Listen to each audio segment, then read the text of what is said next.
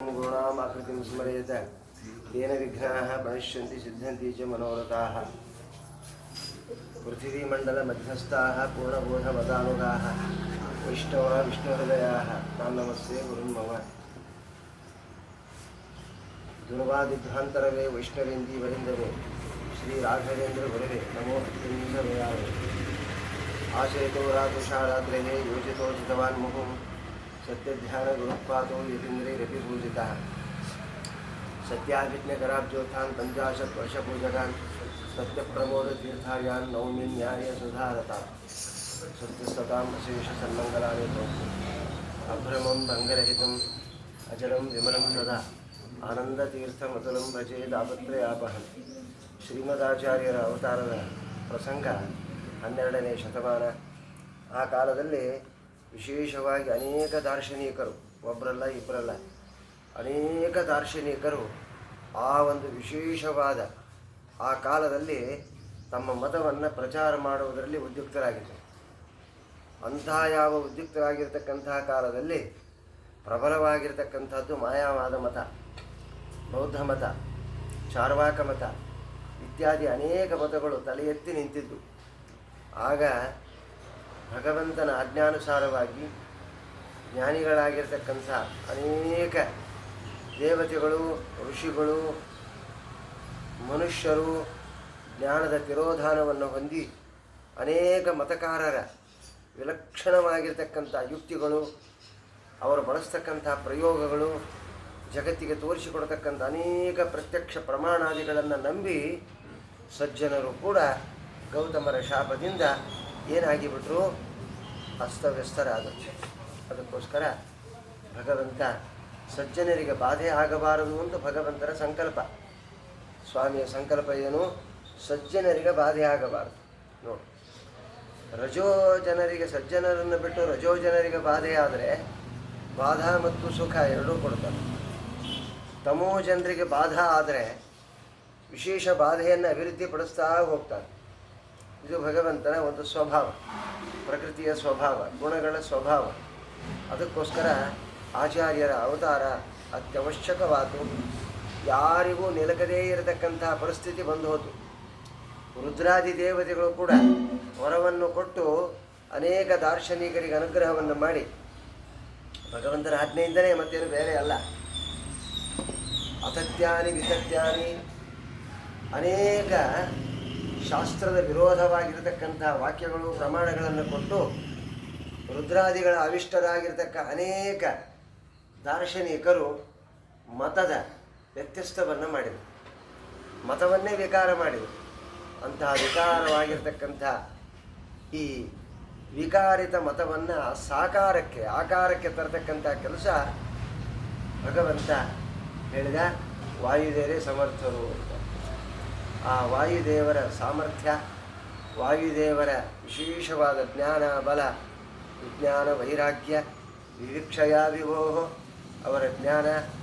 ಯಾಕಂದ್ರೆ ಅಪ್ರತಿಕಾಲಂಬರು, ಪ್ರತಿಕಾಲಂಬರಿಗೆ ತತ್ವೋಪದೇಶ ಮಾಡತಕ್ಕವರು ವಾಯುದೇವರು. ಅಂತಹ ವಾಯುದೇವರು ಆಖನಾಶ್ವಸಮರು.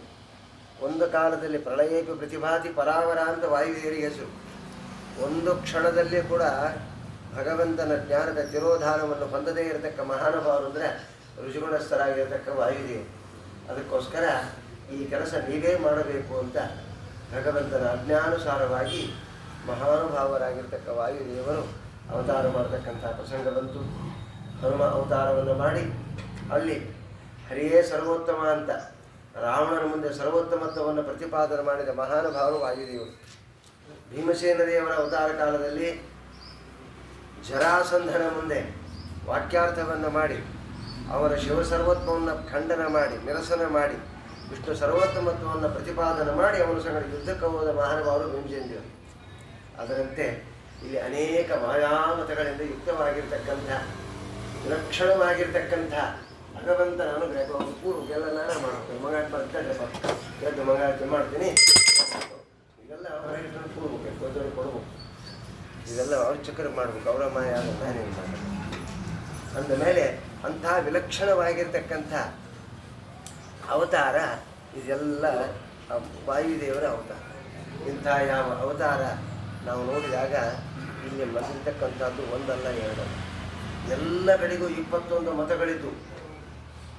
ರಾಮಾವತಾರ ಕಾಲದಲ್ಲಿ 21 ಮತಗಳೇ ನೋಡಿ. ಯಾರ್ಯಾರು?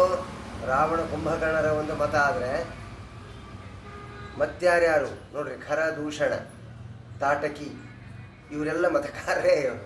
ಏನು ಮತಕಾರರು ಅಂದರೆ ಪ್ರಕೃತಿ, ನನ್ನದೇ ಆಗಿರತಕ್ಕ ಸ್ವಾಮಿತ್ವ, ಕಾಲ, ಪರಮಾಣು, ಅಣು ಇವುಗಳನ್ನು ವಾದ ಮಾಡಿ ತಪಸ್ಸನ್ನು ಮಾಡಿ ಅದನ್ನು ಪ್ರತ್ಯಕ್ಷೀಕರಿಸಿಕೊಳ್ಳಬೇಕು ಅಂತ ಹೊರಟಿರ್ತಕ್ಕಂಥ 21 ಮತಕಾರರು ದೈತ್ಯರು. ಮತ್ತು ಈ ವಿಲಕ್ಷಣವಾದ ದ್ವಾಪರ ಯುಗದಲ್ಲಿ ಭೀಮಸೇನ ದೇವರ ಅವತಾರ ಕಾಲದಲ್ಲಿ ಶಿಶುಪಾಲ, ದಂತವಕ್ರ, ಜರಾಸಂಧ, ಕಂಸ ಇವರೆಲ್ಲರೂ ಮತಕಾರರೇ. ದೇವರೇ ಇಲ್ಲ ಅಂತ ವಾದ ಮಾಡತಕ್ಕವರು, ದೇವರೇ ನಾನು ಅಂತ ವಾದ ಮಾಡತಕ್ಕವರು, ಪ್ರಕೃತಿಯಿಂದಲೇ ಜಗತ್ತಿನ ಜನನವಾಗ್ತದೆ ಅಂತ ಹೊರಟವರು. ಇಂಥ ವಿಲಕ್ಷಣವಾದಂಥ ವಿಚಾರ. ಅಲ್ಲೂ 21 ಮತಗಳ ಖಂಡನ, ಇಲ್ಲೂ 21 ಮತಗಳ ಖಂಡನ. ಇಲ್ಲಿ ಸಾಕ್ಷಾತ್ತಾಗಿ ದೈಹಿಕವಾದ ಖಂಡನಾದಿಗಳು 2 ಮತಗಳಲ್ಲಿ ಆದರೆ, ಇಲ್ಲೇ ಬುದ್ಧಿಯಿಂದ, ಬುದ್ಧಿ ಒಳಗೆ, ಯಾಕಂದರೆ ಬುದ್ಧಿನೇ ನಮಗೇನಾಗ್ತದೆ, ನಮ್ಮ ಅನರ್ಥಕ ಕಾರಣ ಆಗ್ತದೆ. ಧಿಯೋ ಯೋ ನಃ ಪ್ರಚೋದಯಾತ್, ನಃ ಧಿಯ ಪ್ರಚೋದಯಾತ್. ನಮ್ಮ ಬುದ್ಧಿ ನಮ್ಮನ್ನು ಹಾಳು ಮಾಡ್ತದೆ. ಮನಸ್ಸು ಒಂದು ರೀತಿ ಹಾಳು ಮಾಡಿದರೆ ಬುದ್ಧಿ ಕೂಡ ಒಂದು ರೀತಿ ಹಾಳು ಮಾಡ್ತದೆ. ಅಲ್ಲಿ ದೈಹಿಕ ಪರಿಶ್ರಮ ಪಟ್ಟ ವಾಯುದೇವರು ಇಲ್ಲೇ ಬುದ್ಧಿಗೆ ಪರಿಶ್ರಮ ಪಡಬೇಕಾದ್ದು. ಕಲಿಯುಗದ ಜನರಿಗೆ ಶಕ್ತಿ ಸಾಮರ್ಥ್ಯಗಳಿಲ್ಲ, ಯುದ್ಧ ಮಾಡುವ ಶಕ್ತಿ ಇಲ್ಲ. ಬುದ್ಧಿಯಿಂದ ಯಥಾರ್ಥವಾದ ಜ್ಞಾನವನ್ನು ಸಂಪಾದನೆ ಮಾಡಿದ್ರು ಅಂದರೆ ಸಾಕು. ಬುದ್ಧಿಯಿಂದ ಭಗವಂತ ಏನು ಮಾಡ್ತಾನ? ನಹ ಧಿಯ ಪ್ರಚೋದಯಾತ್. ನಮ್ಮ ಧಿಯ ಅಂದರೆ ಬುದ್ಧಿ, ನಮ್ಮ ಬುದ್ಧಿಯನ್ನು ಪ್ರಚೋದನೆ ಮಾಡುವಂಥ ಗಾಯತ್ರಿ ಮಂತ್ರ ಹೇಳ್ತದೆ. ಏನು ಹೇಳ್ತದೆ? ಭೂರ್ಭವ ಸ್ವಃ. ಜಗತ್ತಿಗೆ ವ್ಯಾಪ್ತನಾಗಿರ್ತಕ್ಕವನು ಶ್ರೀಹರಿ. ಅವನ ಬಿಟ್ಟ ಮೇಲೆ ಯಾರೂ ಏನೂ ಮಾಡಲಿಕ್ಕಾಗೋದಿಲ್ಲ. ಅವನೇ ಎಲ್ಲರಿಗೂ ಒಡೆಯ, ಅವನೇ ಸ್ವತಂತ್ರ, ನಿಯಾಮಕ, ನಿಯಮ ಎಲ್ಲ ಅವನೇ, ಸರ್ವತ್ರದಲ್ಲಿ ವ್ಯಾಪ್ತನಾದವನು. ಅಂತಹ ಭಗವಂತ ಸದಾಕಾಲದಲ್ಲಿ ನಮ್ಮ ಪ್ರೇರಣೆಯನ್ನು ಪ್ರತಿ ಕ್ಷಣದಲ್ಲಿ, ಪ್ರತಿಯೊಂದು ಚಲನಾಚರ ಚರಾಚರ ಜಗತ್ತಿನಲ್ಲಿ ಏನು ಪ್ರವರ್ತವಾಗ್ತಾಯೋ ಎಲ್ಲವೂ ಸ್ವಾಮಿ ನಿನ್ನಿಂದ ಆಗ್ತದೆ ಅನ್ನುವ ವಿಚಾರವನ್ನು ನಮ್ಮ ಬುದ್ಧಿಗೆ ಕೊಡು ಅಂತ ಕೇಳೋದೇ ಗಾಯತ್ರಿ ಮತ್ತೇನು. ಹೌದಾ? ಭೂರ್ಭವ ಸ್ವಃ ತತ್ಸ ವಿತ್ರವರೆಣ್ಯಂ ಭರ್ಗ ದೇವಸ್ಯ ಅಂದರೆ ಕ್ರೀಡಾಗುಣ ವಿಶಿಷ್ಟನಾದವನು, ಭರ್ಗ ಅಂದರೆ ಧಾರಣ ಮಾಡಿದವನು, ದೇವಸ್ಯ ಕ್ರೀಡಾಗುಣ ವಿಶಿಷ್ಟನಾದವನು. ನಹ ನಮ್ಮ ಬುದ್ಧಿಗೆ ಏನು ಮಾಡು? ದೇವಸ್ಯ ಇಂತಿಂತಹ ಶಬ್ದಗಳು ವೇದದ ಸಮಸ್ತ ವೇದ ರಾಶಿಯ ಸಮೂಹ ಸಮುದಾಯ ಗಾಯತ್ರಿ ಮಂತ್ರ. ಓಂ ಭೂರ್ಭವ ಸ್ವಃ ತತ್ಸ. ತತ್ ಅಂದರೆ ವ್ಯಾಪ್ತ, ತತ್ಸವಿತು ಸೃಷ್ಟಿ ಮಾಡತಕ್ಕ ಸಮರ್ಥ. ಸೃಷ್ಟಿಗೆ ಇವನೇ ಬಿಟ್ಟರೆ ಯಾರೂ ಸೃಷ್ಟಿ ಮಾಡಲಿಕ್ಕೆ ಶಕ್ತಿಲ್ಲ. ಬ್ರಹ್ಮಾದಿಗಳು ನಿಮಿತ್ತ ಕಾರಣ ಅಷ್ಟೇ. ಸವಿತು ಅರ್ಘ ಧಾರಣ ಮಾಡ್ತಾರೆ ಜಗತ್ತನ್ನು. ಪ್ರತಿ ಕ್ಷಣದಲ್ಲಿ ಯಾವ ಜೀವರಾಶಿಗಳಿಗೆ ಏನೇನು ಮಾಡಬೇಕು, ಏನೇನು ಒದಗಿಸಬೇಕು, ಯಾವುದು ಮಾಡಬೇಕು ತೊಗೊಂಡು ಹೋಗ್ತಾನೆ, ತಂದು ಹಾಕ್ತಾನೆ. ಭಗವಂತನ ಕೆಲಸ ಇದೆಲ್ಲ ಅವನಿಗೆ ಲೀಲಾವತ್ತು ಕೈವಲ್ಯಂ. ದೇವಸ್ಯ ಭರ್ಗ ನಹ ಅಂಥವನು ನಮ್ಮ ಬುದ್ಧಿಗೆ ಪ್ರಚೋದನೆಯನ್ನು ಕೊಡಲಿ ಅಂತ ಗಾಯತ್ರಿ ಮಂತ್ರ ಸಾರಿದರೂ ಕೂಡ 21 ಮತಕಾರರು ಏನು ಮಾಡಿದರು? ಪ್ರಕೃತ್ಯ ಸಂಭವಿತೋ ಭೂತ್ವಾಗ. ಒಬ್ಬ ಚಾರ್ವಾಕ ಮತ, ಮಾಯಾವಾದ ಮತಗಳು, ಅನೇಕ ಮತಕಾರರು 21 ವಾದೀಂದ್ರ, ಪಿಶಾಚ, ಒಬ್ಬರೇ ಇಬ್ಬರೇ ಅನೇಕ ಮತಕಾರರಿವರೆಲ್ಲ, ಪಾಶುಪತ್ಯ ಆದಿಯಮಗಳು, ಇವೆಲ್ಲ ಮತಗಳನ್ನು ಒಂದೇ ಒಂದು ವಾಕ್ಯದಿಂದ ನಾರಾಯಣಂ ಗುಣೈ ಸರ್ವೇ ಉದೀರ್ಣಂ ದೋಷವರ್ಜಿತಂ ನೇಯಂ ಗಮ್ಯಂ ಗುರುಶ್ಚಾಪಿ ನತ್ವಾ ಸೂತ್ರಾರ್ಥ ಉಚ್ಯತೆ. ಮಹಾನುಭಾವರು ವಾಯುದೇವರು ಅವತಾರ ಮಾಡತಕ್ಕಂಥ ಪ್ರಸಂಗ. ಆದರೂ ಅಲ್ಲಿ ಅಂದ್ರೆ ಅವರು ವಾಯುದೇವರು, ಏನು ಸ್ವಾಮಿ ಎಲ್ಲಿ ಗುರು, ನೀನು ಉದ್ಧಾರ ಮಾಡುವ ನಿಧಿಯಲ್ಲ ಅಂದರು. ಆದರೂ ಭಗವಂತಂದ ಇಲ್ಲಪ್ಪ ನನ್ನ ಆಜ್ಞೆ ಆಗ್ಯದ ಮಾಡು. ಸಜ್ಜನರು ಎಲ್ಲಿದ್ದರೂ ನಿನ್ನ ಹತ್ರ ಬರ್ತಾರೆ, ನಿನ್ನನ್ನು ಹುಡುಕೊಂಡು ಬರ್ತಾರೆ ಸಜ್ಜನರು. ದುರ್ಜನರ ಮುಂದೆ ಉಪದೇಶ ಮಾಡು, ಸಜ್ಜನರು ನಿನ್ನ ಹತ್ರ ಬರ್ತಾರೆ. ದುರ್ಜನರು ನಿನ್ನ ದ್ವೇಷ ಮಾಡ್ತಾನೇ ಇರ್ತಾರೆ. ದುರ್ಜನರ ಕೆಲಸ ಏನು? ದ್ವೇಷ ಮಾಡುವುದೇ. ಸಜ್ಜನರ ಕೆಲಸ ಏನು ಅಂದರೆ ಪ್ರೀತಿ ಮಾಡುವುದೇ ಒಂದು ಕೆಲಸ. ಎಲ್ಲಿದ್ದರೂ ಬರ್ತಾರ ಅಂತ ಆದೇಶವನ್ನು ಕೊಟ್ಟ ಭಗವಂತ ವಾಯುದೇವರನ್ನು ಭೂಲೋಕಕ್ಕೆ ಕಳಿಸಿದ್ದಾರೆ. ಸಾಕ್ಷಾತ್ ವಾಯುದೇವರು ಅಲ್ಲಿ ಮತವನ್ನು ನಿರಸನ ಮಾಡಿದ ಮಹಾನುಭಾವರಿಗೆ ಇಲ್ಲಿ ಮತವನ್ನು ನಿರಸನ ಮಾಡೋದೇನು ಆಶ್ಚರ್ಯವಾಗಲಿಲ್ಲ. ಲೀಲೆಯಿಂದ ಗ್ರಂಥಗಳ ರಚನೆಯನ್ನು ಮಾಡಿದ್ದಾರೆ ಮಹಾನುಭಾವರು. ಎಷ್ಟು ಗ್ರಂಥಗಳನ್ನು ಮಾಡಿದರು? ಇಲ್ಲಿ ಬಂದು ಅಚ್ಯುತ ಪ್ರೇಕ್ಷದಿಂದ ಆಶ್ರಮವನ್ನು ಸ್ವೀಕಾರ ಮಾಡಿ ನೋಡಿ, ಸನ್ಯಾಸ ದೀಕ್ಷೆಯನ್ನು ಯಾಕೆ ಸ್ವೀಕಾರ ಮಾಡಿದರು? ಷಟಶ್ಚತುರ್ಥ ಶ್ರಮವೇಶ ಭೇಜೆ. ಕೆಲವು ಮಂದೆಲ್ಲ ಸನ್ಯಾಸಿಗಳಾದ್ರಂತೆ, ಇತರೆ ಮತಕಾರ. ಯಾಕಾದರೂ ಅವರು ಅಂದರೆ ಸನ್ಯಾಸಿಗಳ ಮಾತು ಭಾಳ ಕೇಳ್ತಾರ ಅಂತ, ಹೆಂಗೆ ಸನ್ಯಾಸಿ ಇದ್ದರೂ ನಂಬುತ್ತಾರ ಅಂತ ನೋಡಿ. ಹೇಗಾದ್ರೆ ನೋಡಿ, ಷಟಶ್ಚತುರ್ಥ ಶ್ರವಮೇಶ ಭೇಜೆ ಅಂತ ಸುಮಧ್ವ ವಿಜಯದಲ್ಲಿ ಜ್ಞಾನದ ಪಂಡಿತಾಚಾರ್ಯ ಅಪ್ಪಣೆಪಡಿಸ್ತಾರೆ.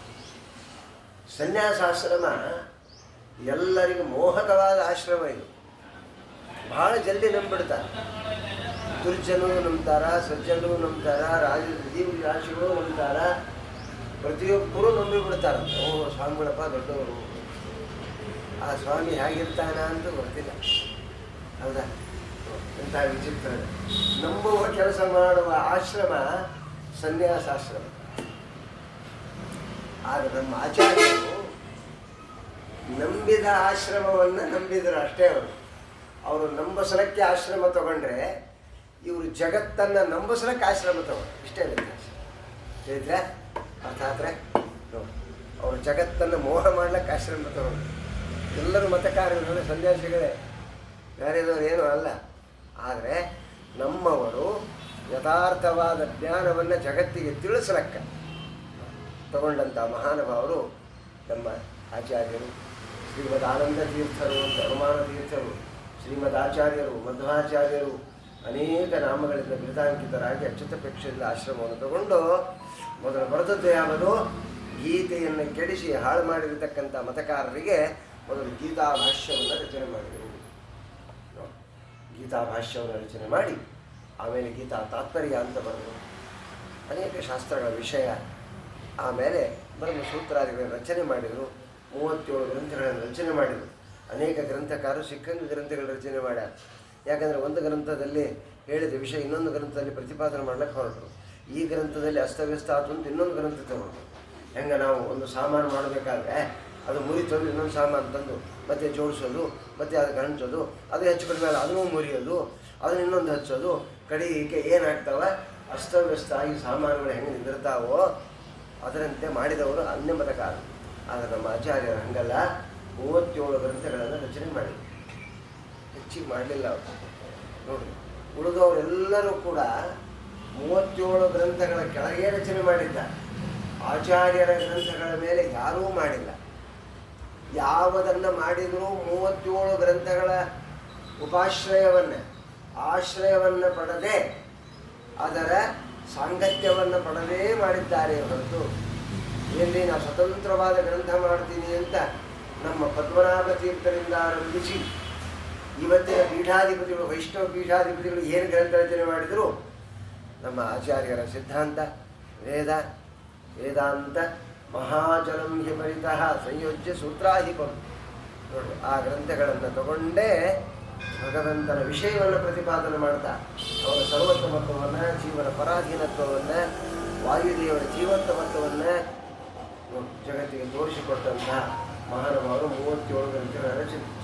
ಆ 37 ಗ್ರಂಥಗಳನ್ನು ನಾವು ವಿಮರ್ಶೆ ಮಾಡಿದಾಗ ನೀವು ಗುಣಾಕಾರ ಮಾಡಿರಿ, ಭಾಗಾಕಾರ ಮಾಡಿರಿ, ಕೂಡಿಸ್ರಿ, ಏನು ಮಾಡಿದರೂ ವಿಷ್ಣುವೇ ಬರ್ತಾನೆ, ಒಂದೇ ಬರ್ತದೆ. 7 3 ಎಷ್ಟಪ್ಪ? 37. 7 3 10. ಭಗವಂತನ ಉಪಾಸ್ಯವಾದ ಮೂರ್ತಿಗಳ್ಯಾವು? ದಶಾವತಾರಗಳು.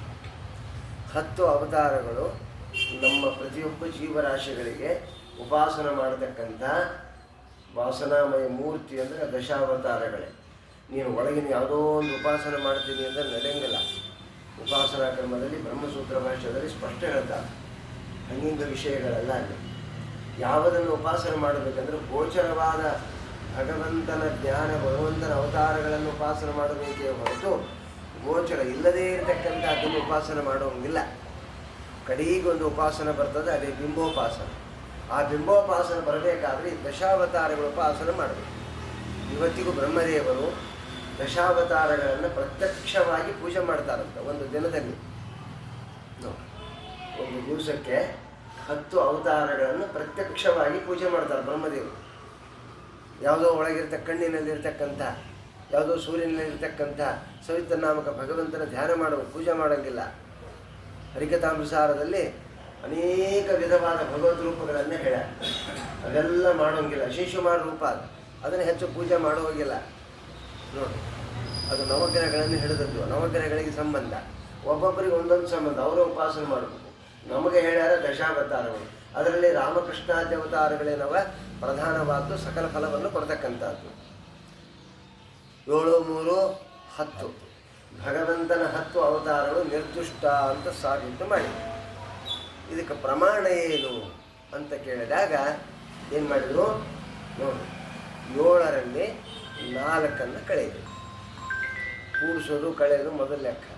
ಮೊದಲು ಕೂಡಿಸಿದ್ವಿ, ಕಳೆದ್ರೆ ಏನಾಯಿತು? 7ರಲ್ಲಿ 3 ಕಳೆದ್ರೆ 4 ಉಳಿತು. ಈ 4 ಏನವಲ್ಲ, ಇದೇ ಸಕಲ ವೇದ ಸಾರ. 4 ವೇದಗಳೇ ಭಗವಂತನ ಈ ಅವತಾರಗಳು ನಿರ್ದುಷ್ಟವಾದವು ಅಂತ ಸಾಬೀತು ಮಾಡಲಿಕ್ಕೆ, ಸಾಧಿಸಲಿಕ್ಕೆ ಪ್ರಮಾಣವನ್ನು ಹುಡುಕಿ ವೇದವನ್ನೇ ಮಹಾನುಭಾವ ವಾಯುದೇವರು ವೇದೋಕ್ತವಾದ ಸಕಲ ಗುಣಗಳನ್ನು ಉಪಾಸನೆ ಮಾಡ್ತಾರೆ. ವಾಯುದೇವರು ವೇದಾತೀತವಾದ ಗುಣಗಳನ್ನು ಲಕ್ಷ್ಮೀದೇವಿ ಉಪಾಸನೆ ಮಾಡ್ತಾರೆ. ಲಕ್ಷ್ಮೀದೇವಿಗೆ ಉಪಾಸನಕ್ಕೆ ಗುಣಾತೀತನಾದವನು ಭಗವಂತ. ಅದನ್ನು ತಿಳ್ಕೊಂಡ್ರೆ ಮೊದಲು ಎಷ್ಟು ವೇದಗಳವನೋ ಆ ಎಲ್ಲ ವೇದಗಳನ್ನು ವಾಯುದೇವರು, ಬ್ರಹ್ಮದೇವರು, ಭಾರತಿ, ಸರಸ್ವತಿ ಅದರೊಳಗೆ ಉಕ್ತವಾದ ವೇದೋಕ್ತವಾದ ಗುಣಗಳನ್ನು ಉಪಾಸನೆ ಮಾಡ್ತಾರೆ. ಸಂಸಿದ್ಧ, ಅದಕ್ಕೆ ಮಂತ್ರಾಲಯ ಪ್ರಭುಗಳು ಒಂದು ಕಡೆ ಹೇಳ್ತಾರೆ ಪ್ರಾತಃ ಸಂಕಲ್ಪ ಗದ್ಯದಲ್ಲಿ, ಸಂಸಿದ್ಧ ಸಪ್ತಕೋಟಿ ಮಹಾಮಂತ್ರಾಣ. 7 ಕೋಟಿ ಮಹಾಮಂತ್ರಗಳನ್ನು ವಾಯುದೇವರು ಏನು ಮಾಡ್ಯಾರ? ಸಂಸಿದ್ಧಿಯನ್ನು ಪಡೆದಾರ. 7 ಕೋಟಿ. ನಮಗೊಂದು ಮಂತ್ರ ಯಾವುದೂ ಗೊತ್ತಿಲ್ಲ, ಒಂದೇ ಗೊತ್ತಿಲ್ಲ ಅಂದರೆ ನಿಮ್ಗೆ 7 ಕೋಟಿ. ಸಂಸಿದ್ಧ ಸಪ್ತಕೋಟಿ ಮಹಾಮಂತ್ರಾಣ ಅಂತಾರೆ. ಅಂದರೆ 7 ಕೋಟಿ ಮಹಾಮಂತ್ರಗಳು ಅಂದರೆ ಎಂತಹ ಮಂತ್ರಗಳು ನಮ್ಮ ವಾಯುದೇವರು. ಅಂತಹ ಮಹಾನುಭಾವರು ಆ ವೇದದಲ್ಲಿ ಎಷ್ಟು ಗುಣಗಳನ್ನು ಹೇಳಲ್ಪಟ್ಟಿದೆಯೋ ಅದನ್ನೇ ಉಪಾಸನೆ ಮಾಡತಕ್ಕ ಶಕ್ತಿ ನಮ್ಮ ವಾಯುದೇವರಿಗುಂಟು. ಆ ವಾಯುದೇವರಿಗೆ ಮಾತ್ರ ಶಕ್ಯ. ಆ ಭಾಷ್ಯ ನೋಡಿದಾಗ ಮಾತ್ರ ನಮ್ಮ ಆಚಾರ್ಯರು ಬರೆದ ಭಾಷ್ಯ, ಗೀತಾ ಭಾಷ್ಯ, ಬ್ರಹ್ಮಸೂತ್ರ ಭಾಷ್ಯ, ಅದರ ವ್ಯಾಖ್ಯಾನ, ಇವೆಲ್ಲವನ್ನು ನೋಡಿದಾಗ ಅಬಾಬಾಬಾಬ ಏನು ವೇದದ ಪಾಂಡಿತ್ಯ! ಎಲ್ಲಿಯೇ ವೇದಗಳನ್ನು ತರ್ತಾರೆ. ಛಾಂದೋಗ್ಯ, ದೈಠಾಣಾಸ, ಕೌಶಲ್ಯ, ಏನು 1, 2 ಎಷ್ಟು ಶ್ರುತಿಗಳನ್ನು ತರ್ತಾರ. ತಂದು ಅದಕ್ಕೆ ಭಗವಂತನ ಸರ್ವೋತ್ತಮತ್ವವನ್ನು, ನಿರ್ದಿಷ್ಟವಾದ ದಶಾವತಾರಗಳನ್ನು ಪ್ರತಿಪಾದನೆ ಮಾಡ್ತಾರೆ. ವೇದ 4 ವೇದಗಳು ಸಪ್ರಮಾಣ. ಮುಂದೆ ಏನು ಮಾಡಬೇಕು? ಕೂಡಿಸಿದ್ವಿ, ಕಳೆದ್ವಿ, ಗುಣಾಕಾರ ಮಾಡಬೇಕು. ಅದನ್ನು ಗುಣಾಕಾರ ಮಾಡಿದರೆ ಎಷ್ಟಾಯ್ತು? 3 21 ಮತಗಳು ವೇದಗಳಿಗೆ ಭಗವಂತನಿಗೆ ಸಮ್ಮತಿ ಅಲ್ಲ ಅಂತ ನಿರಾಕರಣ ಮಾಡಿದರು. ನ್ಯಾಯಶಾಸ್ತ್ರ, ಮೀಮಾಂಸಾ, ವ್ಯಾಕರಣ ಇತ್ಯಾದಿ ಶಾಸ್ತ್ರಗಳಿಂದ ಅವರೇನು ವ್ಯಾಕರಣ ಪ್ರಯೋಗ ಮಾಡಿದರು, ಮೀಮಾಂಸವನ್ನು ಪ್ರಯೋಗ ಮಾಡಿದರು, ನ್ಯಾಯವನ್ನು ಪ್ರಯೋಗ ಮಾಡಿದರು, ಅವೆಲ್ಲ ಪ್ರಯೋಗಗಳು ಅಪ್ರಯೋಜಕ ಅಂತ ಇದೇ ವೇದದ ಪ್ರಾಮಾಣ್ಯವನ್ನಿಟ್ಟುಕೊಂಡು ಶ್ರೀಮದಾಚಾರ್ಯರು ಸಾಧನೆ ಮಾಡಿ ತೋರಿಸಿದರು. ಎಂತಹ ಶಕ್ತಿಯು ತೋರಿಸಿದ ಮೇಲೆ ಉಪಾಸ್ಯ ಮೂರ್ತಿ ಯಾರು? ದೊಡ್ಡ ಸಮಸ್ಯೆ. ಉಪಾಸ್ಯ ಮೂರ್ತಿ ಯಾರು? ಒಬ್ಬ ಮತಕಾರರು ಒಂದೊಂದು ಉಪಾಸ್ಯ ಮೂರ್ತಿಯನ್ನೇ ಹೇಳ್ತಾರೆ. ಮಾಯಾವಾದಿಗಳೇನು ಹೇಳ್ತಾರೆ? ನಿರ್ಗುಣೋಪಾಸನಂ ಅಂತ. ಪ್ರಥಮ ಪ್ರತಿಮಾ ಪೂಜಾ, ಜಪಸ್ತೋತ್ರಾಣಿ ಮಧ್ಯಮ, ಉತ್ತಮ ಮಾನಸಿ ಪೂಜಾ, ಸೋಹಂ ಉತ್ತಮೋತ್ತಮ ಅನ್ನೊಬ್ಬ ಮಾಯಾವಾದಿ. ಮೊದಲು ಪೂರ್ತಿ ಪೂಜೆ ಮಾಡಬೇಕು. ಹನುಮಪ್ಪ, ಗಣಪ, ವಿಷ್ಣು ಪೂಜೆ ಮಾಡಿ ಆಮೇಲೆ ಅದು ಬಿಟ್ಬಿಡ್ಬೇಕಂತೆ. ಜಪಸ್ತೋತ್ರಾಣಿ ಮಧ್ಯಮ, ಜಪ ಮಾಡ್ಕೊತ ಕೊಡ್ಬೇಕಂತ. ಜಪ ಆದಮೇಲೆ ಮಾನಸಿ ಪೂಜಾ, ಜಪನ ಬಿಟ್ಬಿಡೋವು, ಮನಸ್ಸೊಳಗೆ ಪೂಜೆ ಮಾಡ್ಕೊತ ಕೊಡು. ಕಡೆಗೆ 4ನೇ ಪೂಜೆ ಯಾವುದು? ಸೋಘಂ, ದೇವರೇ ನಾನು, ನಾನೇ ದೇವರು. ಸಹ ಅಹಂ ಸೋಹಂ. ಸಹ ಅಂದ್ರೆ ಅವನು, ಅಹಂ ನಾನು, ನಾನು ಅವನು ಅಂತ ತಗ್ಬಿಡು. ಅಲ್ರಿ ನಾವು ಪ್ರಶ್ನೆ ಮಾಡಿದ್ವಿ, ಅದಕ್ಕೆ ಟೀಕಾಕೃತವಾದರೂ ಸುಧಾರಿತ ಪ್ರಶ್ನೆ ಮಾಡಲ್ಲ ಅಲ್ಲಪ್ಪ. ಈಗ ನೀನೇ ನಾನು, ನಾನೇ ನೀನು ಅಂದರೆ ನೀನೀಗ ಮೂರು ಹೇಳಿದೆಲ್ಲಪ್ಪ. ಜಪ ಹೇಳಿದ್ವಿ, ಪ್ರತಿಮಾರ್ಚನೆ ಹೇಳಿದ್ವಿ. ಯಾವ ದೇವರನ್ನು ಉಪಾಸನೆ ಮಾಡ್ತಿದ್ದಿ? ಸಮಸ್ಯೆ. ಯಾವುದನ್ನು ನೀವು ಉಪಾಸನೆ ಮಾಡ್ತೀವಿ ಅದು ನೀನು ಅನ್ಬೇಕಲ್ಲಪ್ಪ. ಯಾವುದನ್ನು ಉಪಾಸನೆ ಮಾಡ್ತೀವಿ? ಇಲ್ಲರಿ ವಿಷ್ಣುವನ್ನೇ ತಗೋತೀವಿ, ರುದ್ರನ್ನೇ ತಗೋತೀವಿ. ಅಲ್ಲೋ ರುದ್ರ, ವಿಷ್ಣು, ವಾಯು ಇವ್ರು ಯಾರು ಅಂತ ತಿಳ್ಕೊಂಡ್ವಿ? ಅವ್ರ ಸಾಮರ್ಥ್ಯ ಏನು? ಆ ಜೀವಂತಿಯೋ ಏನು ದೇವರಂತೀವಿ? ಮತ್ಸು ಹಿಂಗ್ಸು ಹಿಂಗೆ ಆಗಿ ಅವ್ರ ಗ್ರಂಥಗಳೆಲ್ಲ ಮುಂದೆ ಬೆಳಕತ್ತ ಹೋಗ್ಬಿಟ್ಟು ಒಂದಕ್ಕೆ ಸುಳ್ಳು ಹೇಳೋದು, ಇನ್ನೊಂದು ಹೇಳೋದು. ಉಳ್ಳಾಗಡ್ಡೆ ಯಾಕೆ ತಿಂದಿ ಅಂದರೆ ಇಲ್ಲಿ ಸ್ವಲ್ಪ ನೀನು ಎರಡಿಕೆ ಹಾಕ್ತೀನಿ, ಏಕಾಶಿ ಇತ್ತು. ಹೀಗೆ ಒಂದಕ್ಕೊಂದು ಇತ್ತು. ಇಲ್ಲ ಏಕಾಶಿ ಮಾಡ್ತಿದ್ದೆ, ಯಾಕೆ ಬರ್ತೀವಿ? ಹಿಂಗೆ ಒಂದಕ್ಕೆ ಸಂಬಂಧ ಇಲ್ಲ, ಸಾಟಿಲ್ಲ. ಹಿಂಗೆ ಹೆಂಗೆ ಹೇಳಿಕೆತ್ತು ಹೋಗಿ ಹಂಗೆ ಗ್ರಂಥಗಳು ಹೋಗ್ಬೇಕು. ಅದಕ್ಕೆ ಇಲ್ಲೇನು ಹೇಳಕ್ಕೆ ಹೊರಟರು? ಸೋಹಂ ಅಂದ್ರೆ ನಾನೇ ಅವನು. ನಾನೇ ಅವನು ಹೆಂಗೆ ಆಗ್ತೀವಿ? ಆಗ್ಲಿಕ್ಕೆ ಶಕ್ತಿಲ್ಲ. ಅದು ಆಗ್ಲಿಕ್ಕೆ ಶಕ್ತಿಲ್ಲವಾದ್ದರಿಂದ ಒಬ್ಬೊಬ್ಬ ಮತಕಾರ ಒಂದೊಂದು ಹೇಳಿ. ಇನ್ನೊಬ್ಬ ಮತಕಾರ ಹೇಳಿದ ಪ್ರಕೃತಿಯೇ ಜಗತ್ತಿಗೆ ಪರಮಾಣುವಿನಿಂದ ಅಣು ಪರಮಾಣು ಎರಡು ದ್ವೇದೇ ಕಾರ್ಯ ಪರಮಾಣುಶ್ಚೈವ ಎರಡೇ ಅಪ್ಪ ಹೇಳ್ಬಿಟ್ಟ. ಯಾಕೆ? ಒಂದು ಅಣು ಇರ್ತದೆ, ಅಣು ವಿಕಾರ ಆಗ್ತದೆ, ಆ ಸಮುದಾಯದಿಂದ ಜಗತ್ತು ಸೃಷ್ಟಿ ಆಗ್ತದೆ. ಇನ್ನೊಬ್ಬ ಭಾಸ್ಕರ ಅಂತ ಒಂದು ಮತ. ಸೂರ್ಯನಿಂದ ನೋಡ್ರಿ ಸೂರ್ಯ ಉದಯ ಆಗ್ತಾನೆ, ಅಸ್ತ ಆಗ್ತಾನೆ, ಆತನಿಂದಲೇ ಜಗತ್ತು ಅಂದ. ಇನ್ನೊಬ್ಬ ತಂದ ಕಾಲ ಅಂದ, ಕಾಲ ವಿಕಾರ ಆಗ್ತದ್ರಿ, ನೀವು ಯಾಕೆ ಮಾಡಬೇಕು ಅಂದ. ಒಬ್ಬೊಬ್ಬರು ಒಂದೊಂದು ದೇವತಾ ಉಪಾಸನೆ ಮಾಡ್ತಾ ಹೋದ್ರು ಆ ದೇವತೆಗಳ ಇತಿ ಮಿತಿ ಪತಿ ಗತಿ ಏನು ಗೊತ್ತಿರಲಾರ್ದೇ ಉಪಾಸನೆ ಮಾಡಿದ್ರು. ಉಪಾಸನೆ ಕೂಡಲಿಲ್ಲ. ಕೂಡ್ತೀರೇನಪ್ಪ? ಗಾಡಿ ಕೂತ್ಕೊಂಡು ದೇವರ ಧ್ಯಾನ ಮಾಡೋದು ಒಂದು ಭಾವಚಿತ್ರ ಇಲ್ಲ, ಬರೇ ಒಂದು ಗಾಡಿ, ಕರೆ ಗಾಡಿ ಒಳಗೆ ಸಣ್ಣ ಸಣ್ಣ ಬೆಳೆ ನಿಂತ್ಸುತ್ತಾವ. ಅದ್ರ ಉಪಾಸನೆ ಮಾಡ್ತಾ ಕೂತ್ರೆ ಏನಾಗ್ತದೆ? ನಾವು ಗಾಡಿಯಾಗಿ ಹೋಗ್ಬಿಡ್ತೀವಿ ಒಂದು ದಿವಸ. ಯಾಕಂದ್ರೆ ಎಂ ವಾಪಿ ಸ್ಮರನ್ ಭಾವಂ ತ್ಯಜತ್ತಂತೆ ಕಲೇವರಂ ತಂ ತಪಸ್ಯ ಕೌಂತೇಯ ಅದಲ್ಲೋ.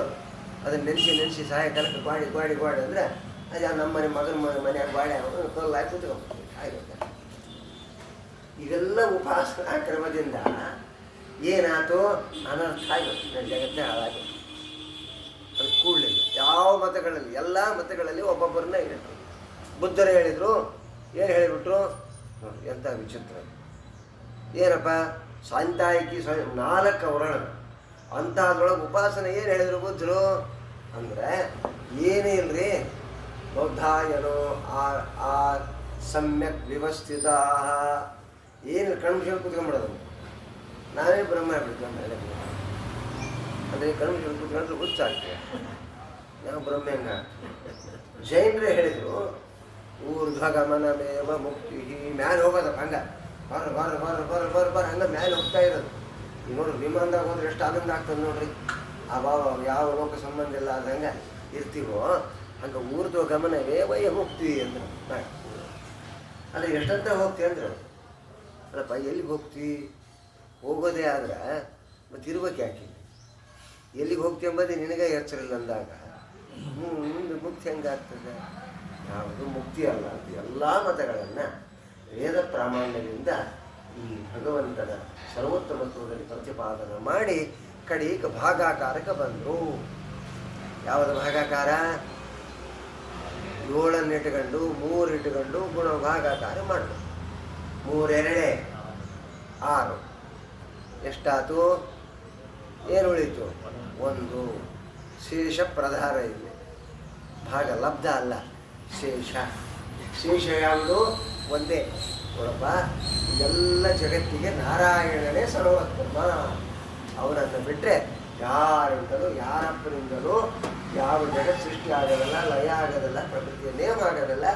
ಅವನೇ ಸರ್ವೋತ್ತಮ ಅಂತ ಪ್ರತಿಪಾದನೆ ಮಾಡಿ ಅವನನ್ನೇ ವಿಷ್ಣುವನ್ನೇ ಬ್ರಹ್ಮಸೂತ್ರ ಭಾಷ್ಯದಲ್ಲಿ ಅದಾತೋ ಬ್ರಹ್ಮ ಜಿಜ್ಞಾಸ ಹಿಡ್ಕೊಂಡು ನಜ ಪುನರಾವರ್ತಿ ನ ಶಬ್ದ ತಂಬುವ ತನಕ ಎಷ್ಟು ಪ್ರತಿಪಾದನೆ ಮಾಡಿದರೂ ಎಲ್ಲ ಶ್ರುತಿಗಳು, ಪ್ರಮಾಣಗಳು, ಅನೇಕ ಪುರಾಣ ಇತಿಹಾಸಗಳು ಎಲ್ಲವೂ ಏನು ಹೇಳ್ತಾವ? ವಿಷ್ಣುವೇ ಸರ್ವೋತ್ತಮ ಅಂತ ಹೇಳ್ತಾವೆ ಅಂತ ಪ್ರತಿಪಾದನೆ ಮಾಡಿದ ಮಹಾನ್ ದಾರ್ಶನಿಕರು ನಮ್ಮ ಇವತ್ತಿನ ಆಚಾರ್ಯರು 21 ಮತಗಳನ್ನು ಅಲ್ಲೇ ಖಂಡನ ಇಲ್ಲೇ ಖಂಡನ ಮಾಡಿ ನಮ್ಮ ಒಳಗೆ ಇರತಕ್ಕವು 21 ಮತಗಳು ನಮ್ಮ ದೇಹದೊಳಗೆ ಸೇರಿಕೊಂಡ್ಬಿಟ್ಟವು. 21 ಮತಗಳು ಸೇರಿವೆ ನಮ್ಮಲ್ಲಿ. ಯಾವ್ಯಾವು? ಕಾಮ, ಕ್ರೋಧ, ಲೋಭ, ಮೋಹ, ಮದ, ಮಾತ್ಸರ್ಯ, ಪರಿಷಡ್ಗಳು, ಆಮೇಲೆ ಬಹುವಿಧವಾಗಿರ್ತಕ್ಕಂಥ ಅಷ್ಟಮದಗಳು, 11 ಇಂದ್ರಿಯಗಳು. ನೋಡು, ಲೆಕ್ಕ ಹಾಕಿರಿ ನೀವು. ಇವೆಲ್ಲ ಸೇರ್ಕೊಂಡವ. ಇವೆಲ್ಲವನ್ನ ಏಕಕಾಲದಲ್ಲಿ ದಮನ ಮಾಡಿ ಮನಸ್ಥಿರತಾಂ ಯಾತು, ಮನಸ್ಸಿನಲ್ಲಿ ಹರಿಯೇ ಸರ್ವೋತ್ತಮ ಅಂತ ಪ್ರತಿಪಾದನೆ ಮಾಡಿದ ಮತ ಶ್ರೀಮದ್ ಆನಂದ ತೀರ್ಥ ಭಗವತ್ಪಾದರ ಮತ. ಅಂತಹ ಮತ ಇವತ್ತಿನ ದಿವಸ ಐತಳಿಯ ಭಾಷ್ಯವನ್ನು ಹೇಳಿದ ಸಂದರ್ಭದಲ್ಲಿ ಇದೇ ಮಾಘ ಶುದ್ಧ ನವಮಿ ದಿವಸ ಪಾಜಕ ಕ್ಷೇತ್ರದಲ್ಲಿ ಆನಂದೇಶ್ವರನ ಗುಡಿಯಲ್ಲಿ ಮಹಾನುಭಾವರು ಪಾಠ ಹೇಳ್ತಾ ಒಳ್ಳೆ ಮಧ್ಯಾಹ್ನ ಸಮಯ ಶಿಷ್ಯರೆಲ್ಲರೂ ಆನಂದ ತುಂಬಿದರಾಗಿ ಆ ಭಾಷ್ಯವನ್ನು ಕೇಳತಕ್ಕಂಥ ಭಗವಂತರ ಪ್ರತಿಪಾದನೆ ಮಾಡಿದಂಥ ವೇದವನ್ನೇ ಆಚಾರ್ಯರ ಸ್ವಂತ ವಾಕ್ಯ ಯಾವುದೂ ಹೇಳಿಲ್ಲ. ವೇದ ಪ್ರಾಮಾಣ್ಯವನ್ನೇ ಕೊಟ್ಟೇ ಹೇಳಿದ್ರು. ನಾನು ಹೇಳ್ತೀನಿ ರೀ ಕೇಳ್ರಿ ಅಂತ ಹೇಳೇ ಇಲ್ಲ. ವೇದ ಹೇಳ್ತದೆ ಕೇಳ್ರಿ ಅಂತ. ಯಾಕಂದರೆ ವೇದ ಅನಾದಿ, ನೀವು ಅನಾದಿ, ನಾನು ಅನಾದಿ. ವೇದ ಹೇಳಿದರೆ, ವೇದ ತೋರಿಸಿದರೆ ನಾವು ಮಾರ್ಗ. ನಾನು ವೇದವನ್ನು ನಂಬೆ ಭಗವಂತನ ಲೋಕಕ್ಕೆ ಹೊರಟೀನಿ, ನೀವು ವೇದವನ್ನು ನಂಬೆ ಭಗವಂತನ ಲೋಕಕ್ಕೆ ನಮ್ಮ ಸಂಗಡ ಬರ್ರಿ ಅಂತ ಕರೆದ ಮಹಾನುಭಾವರು ನಮ್ಮ ಆಚಾರ್ಯರು ಕೂತಿದ್ರು. ಸರಿಯಾದ 11 ಗಂಟೆ 20 ನಿಮಿಷ ನೋಡಿ, ಒಮ್ಮಿಂದೊಮ್ಮೆಲೆ ಪುಷ್ಪವೃಷ್ಟಿ ಆಗಿತ್ತು. ಪುಷ್ಪವೃಷ್ಟಿ ಎಲ್ಲಿಂದ ಬಂತು ಏನು? ಹೂವಿನ ರಾಶಿ ಆಚಾರ್ಯರನ್ನು ತುಂಬಿಬಿಡ್ತು. ಮೈಯೆಲ್ಲ ಇವತ್ತು ಗ್ರಂಥಗಳು ತುಂಬಿದ್ವು. ಅವರ ಪಕ್ಕದಲ್ಲಿರ್ತಕ್ಕ ಗ್ರಂಥಗಳು, ಮುಂದೆ ವ್ಯಾಸಪೀಠ, ಎಲ್ಲ ಹೂವಿನ ರಾಶಿ ಸಮಾತ್. ಆಚಾರ್ಯ ಹೂವಿನೊಳಗೆ ಹೋದ ತಕ್ಷಣ ಶಿಷ್ಯರೆಲ್ಲರೂ, ಸ್ವಾಮಿ ಹೂವಿನ ಪುಷ್ಪವೃಷ್ಟಿ ಆತ ನಿಮ್ಮ ಭಾಷ್ಯಕ್ಕೆ ಅಂತ ಹೇಳಿ ಹೂವು ತೆಗಿತಾರ, ಒಳಗೆ ಇಲ್ಲೇ ಇಲ್ಲ ಆಚಾರ್ಯ. ಎಲ್ಲಿಗೆ ಹೋದರು ಅಂತ ಸತ್ಯತೀರ್ಥರು ಹೇಳಿದರು. ಇಲ್ಲ, ಅವ್ರು ಎಲ್ಲಿಗೆ ಹೋದರು? ಮಹಾನುಭಾವರು ಅದ್ಯಾಪಿ ಹಿರಿಯ ಬದಿರಿ ಒಳಗೆ ಹೋಗ್ಬಿಟ್ಟು ಮತ್ತೆ ಕರೆದ್ರು ವೇದವ್ಯಾಸ ದೇವರು. ಸಾಕಪ್ಪ, ಇಷ್ಟು ಮಾಡಿ ಅಲ್ಲ, ಜನರ ಬುದ್ಧಿಗೆ ಇಷ್ಟೇ ರಗಡು. ಇನ್ನೂ ಏನು ತಿಳ್ಕೊತಾವೋ ಹುಟ್ಟುತ್ತಾಕ ಮತ್ತೊಂದು ವ್ಯಾಖ್ಯಾನ ಮಾಡ್ತಾವೋ, ನಿನ್ನ ಭಾಷೆಗಳಿಗೆ ಮತ್ತೆ ವ್ಯಾಖ್ಯಾನ ಮಾಡಂತವ್ರು ಹುಟ್ಟುತ್ತಾರೆ. ಬೇಡ, ಸಾಕು. ಹೆಚ್ಚು ಹೇಳಿದಂಗೆಲ್ಲ ತಲೆಯಾಗಿ ಹೋಗೋದಿಲ್ಲ. ಹೊರಗೆ ಬಂದು ವಿಪರ್ಯಾಸವನ್ನು ಕೊಡ್ತಾವ, ಅನರ್ಥ ಮಾಡ್ತಾವೆ. ಹೊಟ್ಟೆಗೆ ಹೋದರೆ ಕರೆಕ್ಟ್ ಇರ್ತದೆ, ಪಟ್ಟಿ ಒಳಗೆ ಹೆಚ್ಚು ಹೋತಂದರೆ ವಾಂತಿ ಆಗ್ತದಿಲ್ಲ. ಅದೇ ನಡೆದದು ಈ ಜಗತ್ತುಗಳು. ಅದಕ್ಕೆ ಆಚಾರ್ಯನು ಕಡಿಮೆ ಹೇಳಬೇಕಾಗಿತ್ತೇನೋ ಅಂತ ಅನಿಸ್ತದೆ. ಇಷ್ಟೇ ಸಾಕಾಗಿತ್ತು. ಯಾಕಂದರೆ ಹೆಚ್ಚಾಗಿದ್ದಕ್ಕೆ ಇದೆಲ್ಲ ವಾಂತಿ ಪ್ರಕರಣ ಇರೋದೊಂದು ಹೇಳೋದೊಂದು ಸಾಕು ಅಂತ ನಮ್ಮ ವೇದವ್ಯಾಸ ದೇವರ ಕರೆದರೇನೋ ಅನ್ನುವಂತೆ ಕ್ಷಣಾರ್ಧದಲ್ಲಿ ಮಾಯ ಆಯಿತು. ಹಿರೇಬದರಿಯಲ್ಲಿ ಅದ್ಯಾಪಿ ಇದ್ದಾರೆ ಆಚಾರ್ಯರು. ಒಂದು ರೂಪದಿಂದ ಇನ್ನೂ ವೇದವ್ಯಾಸ ದೇವರ ಹತ್ರ ಪಾಠವನ್ನು ಓದ್ತಾರ ಅಂದರೆ ನಾವೆಷ್ಟು ಓದೀವಿ ಅಂತ ತಿಳ್ಕೊತಾರೆ. ಇನ್ನೂ ಅವರ ಗ್ರಂಥಗಳನ್ನೇ ಭಾಷ್ಯವನ್ನು ಇನ್ನೂ ರಚನೆ ಮಾಡ್ತಾ ಭಗವಂತನ ವ್ಯಾಪ್ತಿಯನ್ನು ಕಾಣ್ತಾರೆ. ಅವರು ಓದೋದಲ್ಲ, ವೇದವ್ಯಾಸ ದೇವರು ಏನೇನು ಹೇಳ್ತಾರೋ ಅವೆಲ್ಲವನ್ನ ವೇದವ್ಯಾಸ ದೇವರು ಪ್ರತ್ಯಕ್ಷವಾಗಿ ಆಚಾರ್ಯರಿಗೆ ತೋರಿಸ್ತಾರೆ ತಮ್ಮ ರೂಪವನ್ನು. ಇದು ಓದೋದು. ಪಾಠ ಓದೋ ಕಾಲಕ್ಕೆ ನಮಗೆ ಮೂರ್ತಿಮಂತವಾಗಿ ವಾಕ್ಯಗಳು, ಆ ವಸ್ತು, ಆ ವ್ಯಕ್ತಿ ನಮ್ಮನ್ನು ಕಾಣಬಹುದು. ಅಂದಾಗ ಅದಕ್ಕೆ ಶಾಸ್ತ್ರಾಪರೋಕ್ಷ ಅಂತ. ಆ ಶಾಸ್ತ್ರಾಪರೋಕ್ಷ ಆದ ಮೇಲೆ ನೋಡಿ, ಆಮೇಲೆ ಅಪರೋಕ್ಷ ಜ್ಞಾನ. ಪರೋಕ್ಷ ಜ್ಞಾನ, ಅಪರೋಕ್ಷ ಜ್ಞಾನ ಆತು ಅಂದರೆ ಭಗವಂತ ನಮ್ಮ ಕೈ ಹಿಡಿದು ಕರ್ಕೊಂಡು ಹೋಗ್ತಾನೆ. ಅದಕ್ಕೆ ನಮ್ಮ ಶ್ರೀಮದಾಚಾರ್ಯರು ಈ ಬದಿರಿಯೊಳಗಿರಲಿಕ್ಕೆ ನಾವು ಅವರ 37 ಗ್ರಂಥಗಳನ್ನು ಕೇಳಿ ಓದಿ ನಾವು ಹಿರೇ ಬದಿರಿ ನಮ್ಮನ್ನು ಕರ್ಕೊಂಡು ಹೋಗ್ತಾರೆ ಆಚಾರ್ಯರು. ಒಂದು ದಿವಸ ನಮ್ಮನ್ನು ಕರ್ಕೊಂಡು ಹೋಗಿ ಅಲ್ಲಿ ಕೂಡಿಸಿ ತಾವು ಸತ್ಯಲೋಕಕ್ಕೆ ಹೋಗೋ ಕಾಲಕ್ಕೆ ನಮ್ಮನ್ನು ಸತ್ಯಲೋಕಕ್ಕೆ ಕರ್ಕೊಂಡು ಹೋಗ್ತಾರೆ. ಬ್ರಹ್ಮದೇವರ ಉಪದೇಶ ಆಗ್ತದೆ.